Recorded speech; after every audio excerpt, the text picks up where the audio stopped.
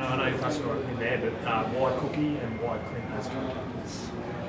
Oh, it's pretty obvious to me. When I see them at training, obviously their ability on the football field that we've all seen, you've seen over the last couple of years. They've been around for a bit, but what I've seen at the start of our training, November, December, January, they're leaders. I probably knew it when I was in that recruitment phase. I knew what I was going to get there, and they've lived up to every bit of it what I expected. Did you ever think about going with one over the other?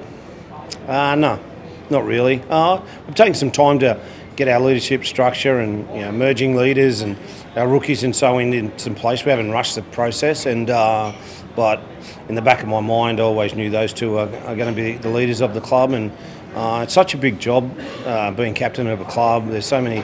Obviously there's the game day pressures that you have to do and handle in media and so on. I just think moving forward, it's a big role, and those two will share the load.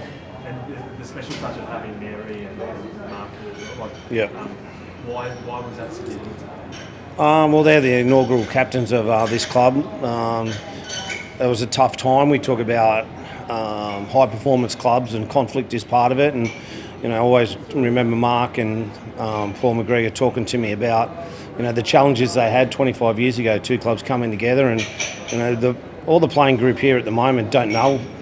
Some of them weren't even born.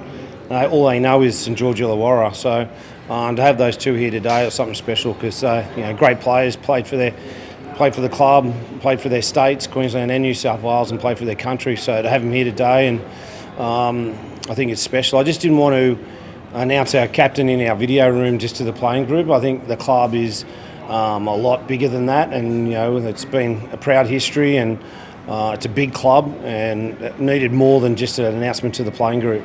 How important is that to impress on the young guys, the people that came before them, the people that built this club? Yeah, it's very important. It doesn't matter. When I was growing up, you always used to know about the previous teams and so on. But I think modern day phones and all this technology, that a bit of history gets lost sometimes in the playing group. But it's something that we definitely try and get little pieces in when we can about knowing the players that come before us. And Mary and Mark are classic examples of that. First captains of the club. You saw a slide up there. I think we've had 13 or 14 captains of the club, and they've all been fair players. So I think the two that we named today fit into that category pretty well. Gutho mentioned today that Lockie Lewis is finally back out on the field, so you guys can start really building that. Yeah, he's done a lot of running and he's rehab, but he's out full skills today. Full contact, which is pleasing. And we've got probably a good month of him now to build some combinations within the group. And he's got a combination there and good understanding of Damien Cook, but we need to spread that right across the playing group.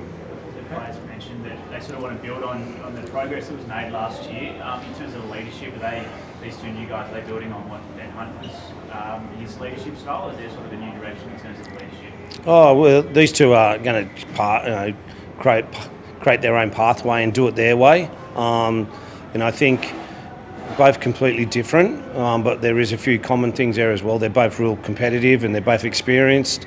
But the way that Cookie approaches things is a little bit different than Gutho. So I think it'll be a really good mix. And as I said, the history of this club and all the captains that have been before them, there's been some great players, and I think Gutho and Cookie will have different styles, but they'll be good. What is it about their competitiveness that's mentioned in there that impresses you so much, and why is that important? You just in this game, you just need to. The sides are. There's not a lot between them, but and if you compete really hard and you got good leadership, you're a really good chance. And I think, as I said, we'll compete. I think Mary spoke about sometimes you resemble your coach or your leaders. I don't want them to resemble me, that's for sure. But I want them to make sure that, I was lucky. I had Gal for 10 years, 10 or 12 years of my career, and I'd like to think all my footy teams resembled our captain. Tough, ruthless, relentless, fight for everything. And I've got two captains here that are pretty similar, different position, and they're not a forward, but I think they're very similar in their competitive nature. They'll fight really hard, and all the other players around them will have to keep up. Both talked about openly embracing the expectation of being at a big club. It's something you talk about all the time. How important is it to not shy away from the history of this club. It can be a bit of a burden, I guess, for some at times. Oh, I think they're both really proud of it and excited about the challenge of leading, St George Illawarra.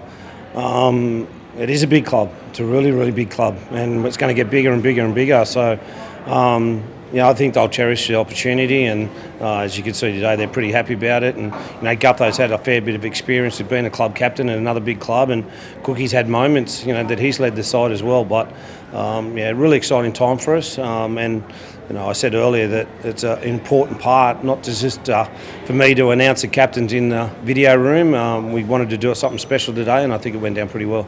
You were pretty disappointed and pretty vocal about how you guys finished the season last year. Have you seen enough to think that you're on the right track for this year so far? We'll be better. We'll be better than last year. So that's all I can guarantee, that we'll be better. So if we're better than last year, we'll give ourselves a chance. We haven't heard from you since Kyle re-signed. I want to know what it's like to play coach, dad, when your son's going through a contract negotiation.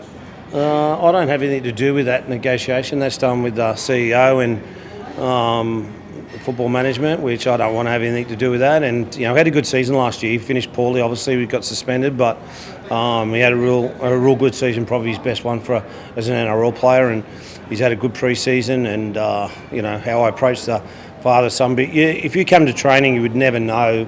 If you just got dropped out from Mars, if you went to our training, you'd never know that Kyle's my son. So he gets treated the same as everyone else, and I enjoy coaching him without a doubt. But I think all the players could give you a good rap on. He doesn't get any favours. It's probably a little bit harder on him than anyone else. How's Corey Allen going? Is he likely to be fit for the first trial? We're hopeful. If not first trial, he'll be right for the start of the season. He might have to get a few games under his belt. Coming back from 12 months out. He might have to play a bit of reserve grade, get some confidence and belief. But he's back. He's doing all the right things, and it's great to see him back. We forget about Corey. He played Origin, so there's a football player there. We just need to get him healthy and fit. Sweet. Thank you. Thanks, mate. Appreciate it. A pleasure. Thanks.